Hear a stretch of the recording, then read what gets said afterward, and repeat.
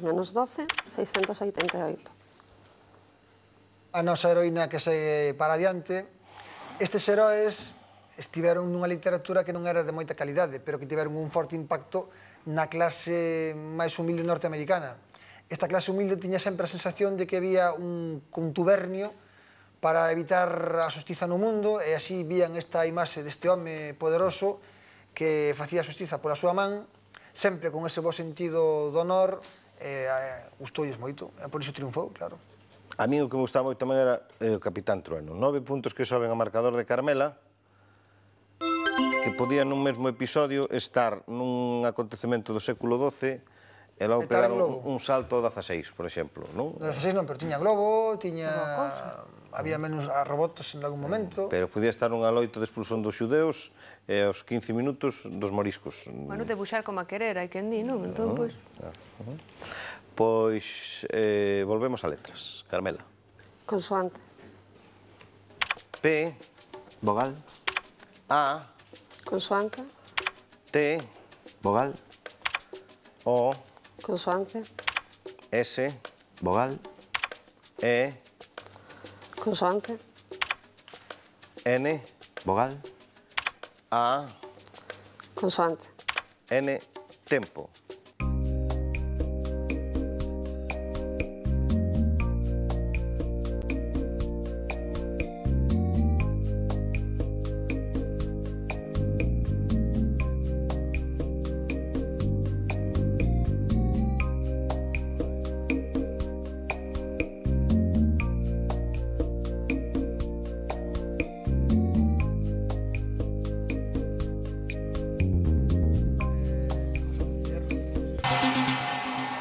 Carmela. 7. 7. Roberto. 6. Cal é a de 7? Espanto. Espanto. Pódese chegar ao espanto en algunhas escenas de plena fantasía heroica.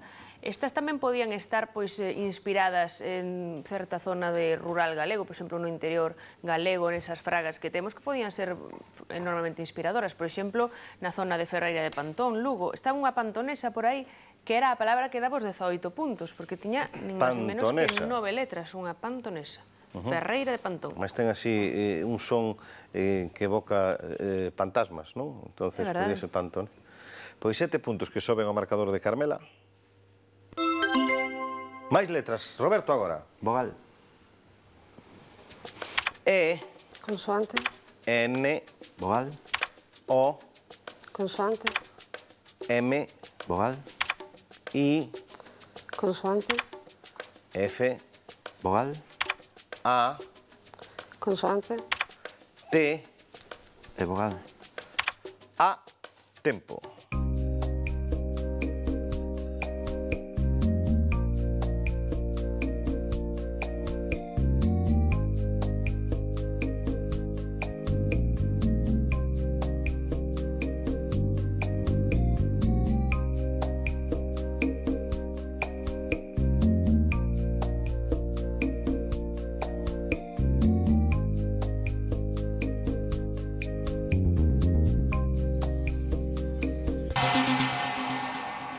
Roberto. 5. Carmela. 5. Cal é, Roberto? Menta. Menta. Pois sí, é unha planta, ademais, cun bo sabor e cheiro, Roberto. A fantasía deste programa permite que unha palabra de 9 siga a outra máis. Temos unha segunda palabra de 9 letras que é metafonía, un fenómeno fonético que consiste na alteración do timbre dunha vogal tónica, E ou O, por influxo dun O, A ou E finais. Estaba por aí agachada. Fantástica esa palabra. Pois 5 puntos que soben ao marcador de Roberto. Proba de números. 7, 9, 5, 10, 5, 100. Buscamos os 692, tempo.